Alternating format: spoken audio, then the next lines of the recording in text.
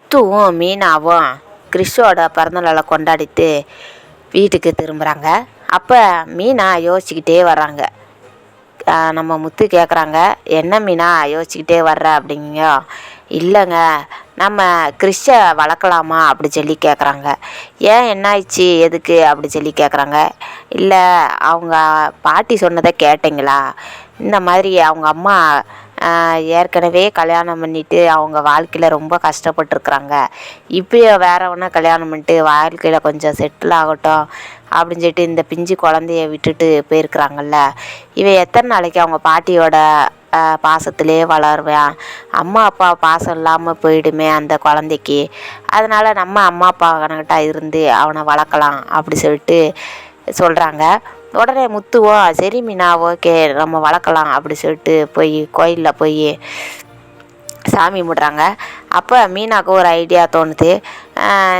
சரி, சாமிக்கிட்டே உத்தரவு கேட்டுடலாம் அப்படி சொல்லிட்டு சீட்டில் எழுதி போடுறாங்க. வளர்க்கலான்னு முடிவு எடுத்துடுறாங்க.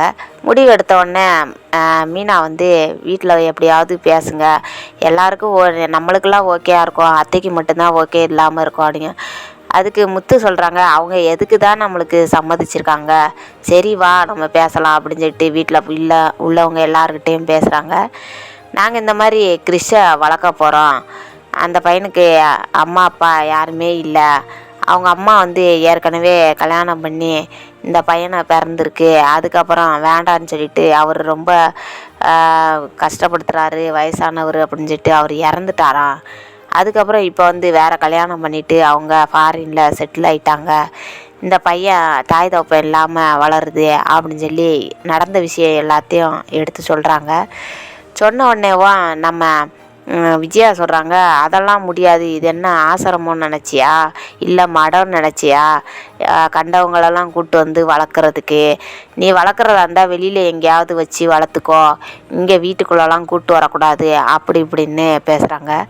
பேசுகிற உடனேவோ மனோஜம், ஆமாம், அது வந்து ஏற்கனவே கல்யாணம் பண்ணி ஒரு குழந்தைய பெற்றுட்டா, ரெண்டாவது வேறவனு எந்த இளிச்சவாயம் கிடச்சானோ தெரியல, அவங்க கூட குப்பை கட்டிக்கிட்டு கிடக்குறாளா, அப்படி என்ன பொம்பளை இருக்கிறா அப்படின்னு சொல்லிட்டு மனோஜும் பேசுகிறாங்க. இதெல்லாம் வந்து நம்ம ரோகிணி நம்ம வாசலில் நின்று கேட்டுக்கிட்டே இருக்கிறாங்க, அவங்க வீட்டுக்கு வாசல்லேருந்து. உடனேவும் முத்து சொல்கிறாங்க, இல்லை நான் அவனை கூட்டுட்டு வந்து வளர்க்க தான் போகிறான் அப்படின்னு சொல்லிட்டு ஸ்ட்ராங்காக பேசுகிறாங்க. உடனே ரோகிணி வீட்டுக்குள்ளே வர்றாங்க. விஜயா சொல்கிறாங்க, பாருமா ரோகிணி, அன்னைக்கு ஒரு பையன் கட்டு போட்டு வந்தேன் தெரியுமா, ஒரு பாட்டியும் அவங்க அந்த பையனும் வந்தாங்கல்ல, அவனை எடுத்து இவங்க வளர்க்க போகிறேன்னு சொல்கிறாங்க, என்ன கதைன்னு பாருமா அப்படின்னு சொல்லி சொல்கிறாங்க. ரோகிணி வந்து என்ன சொல்கிறேன்னே தெரியாமல் அப்படியே வாயடைச்சி போட்டு நிற்கிறாங்க. என்னம்மா இப்படி நிற்கிற, நீ சொல்லு, எதாவது சொல்லு அப்படின்னு சொல்லி சொல்கிறாங்க. உடனே முத்து சொல்கிறாங்க, நீங்கள் யார் என்ன சொன்னாலும் எனக்கு ஒன்றும் பிரச்சனை கிடையாது. கிறிஷோட பாட்டி வந்து சம்மதம் சொல்லிட்டாங்க அப்படின்னா நான் கிறிஷை கூப்பிட்டுட்டு தான் வருவேன் அப்படின்னு சொல்லிட்டு சொல்லிடுறாங்க. உடனே எல்லாரும் இல்லை கூப்பிட்டு வரக்கூடாது அப்படின்னு சொல்லி விஜயாவும் மனோஜும் பேசிக்கிட்டு இருக்கிறாங்க.